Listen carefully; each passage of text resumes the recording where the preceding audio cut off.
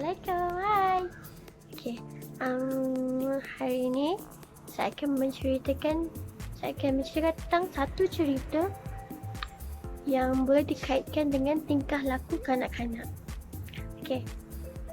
Sebelum tu saya ingin memperkenalkan diri terlebih dahulu. Nama saya ialah Nur Nadira Natasha Fenty Rosmadi dan ID Metrik ialah 3193 002531. Okey, saya akan menceritakan tentang cerita yang bertajuk Serigala yang Tidak Tahu Untuk Bersyukur. Okey, pada satu hari dalam sebuah hutan terdapat seekor serigala tua yang bernama Water. Tetapi telah beberapa hari Water jatuh sakit. Badannya semakin lemah. Ia tidak dapat untuk mencari makanan seperti biasa. Water juga kelaparan kerana tidak berdaya untuk mengejar haiwan buruannya kerana telah sakit beberapa hari. Satu hari, Water ternampak seekor arnab dan ia mengejar arnab itu dengan laju sekali. Tetapi arnab itu berjaya melepaskan diri kerana berlari dengan sangat pantas.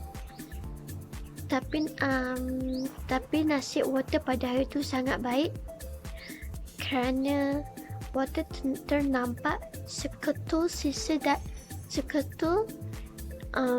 tulang yang bersisa sedikit daging.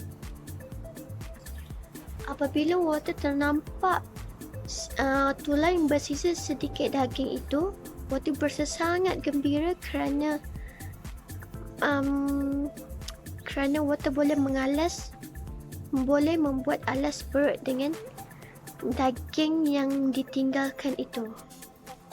Tetapi kamu semua tahu tak siapa yang tinggalkan daging itu?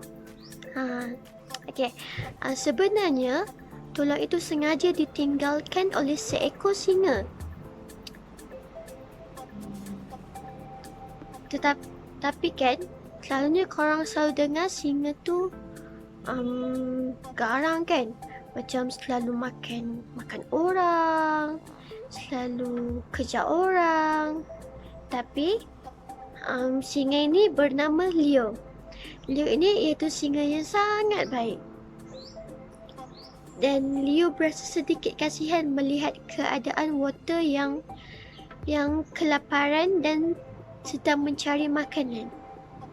Seterusnya, Leo berkata di dalam hati, satu hari nanti aku akan menjadi tua sepertinya. Jadi tidak salah untuk aku menolongnya kerana mana tahu pada hari akan datang haiwan lain akan menolong aku pula, kata Leo di dalam hati. Water berasa sangat gembira dengan makanan yang diperolehinya. Tulang dengan sedikit daging yang ditinggalkan oleh Leo itu dapat mengalas perutnya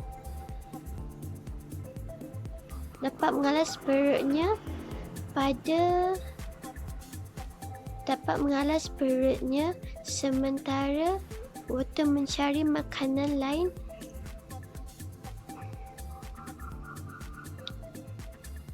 Water berasa sangat gembira kerana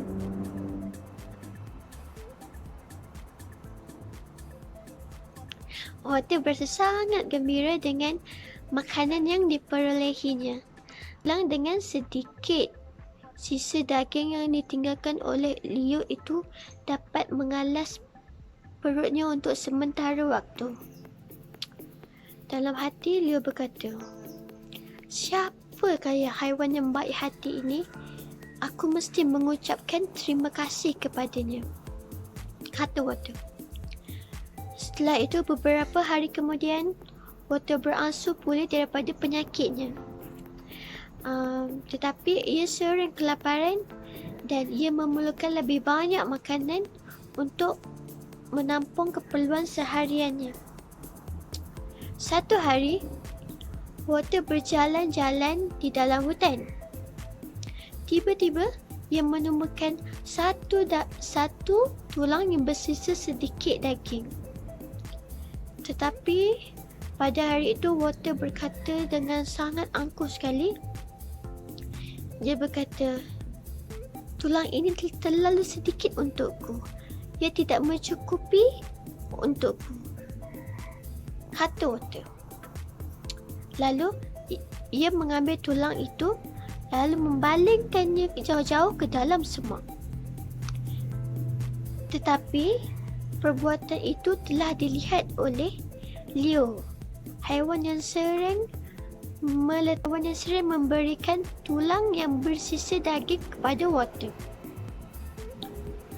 Leo melihat perbuatan Water itu dengan perasaan yang sangat sakit hati dan perkara itu tidak patut Leo lakukan. Sebelum Leo pergi, dia telah berkata dalam hatinya bahawa lain kali aku tidak akan memberikan makanan kepadanya lagi, kata Leo dalam hati. Okey, jadi untuk cerita pada kali ini, moralnya ialah kita mesti sentiasa bersyukur dengan apa yang kita ada. Betul tak? Kerana sikap tamak ni tak baik untuk kita.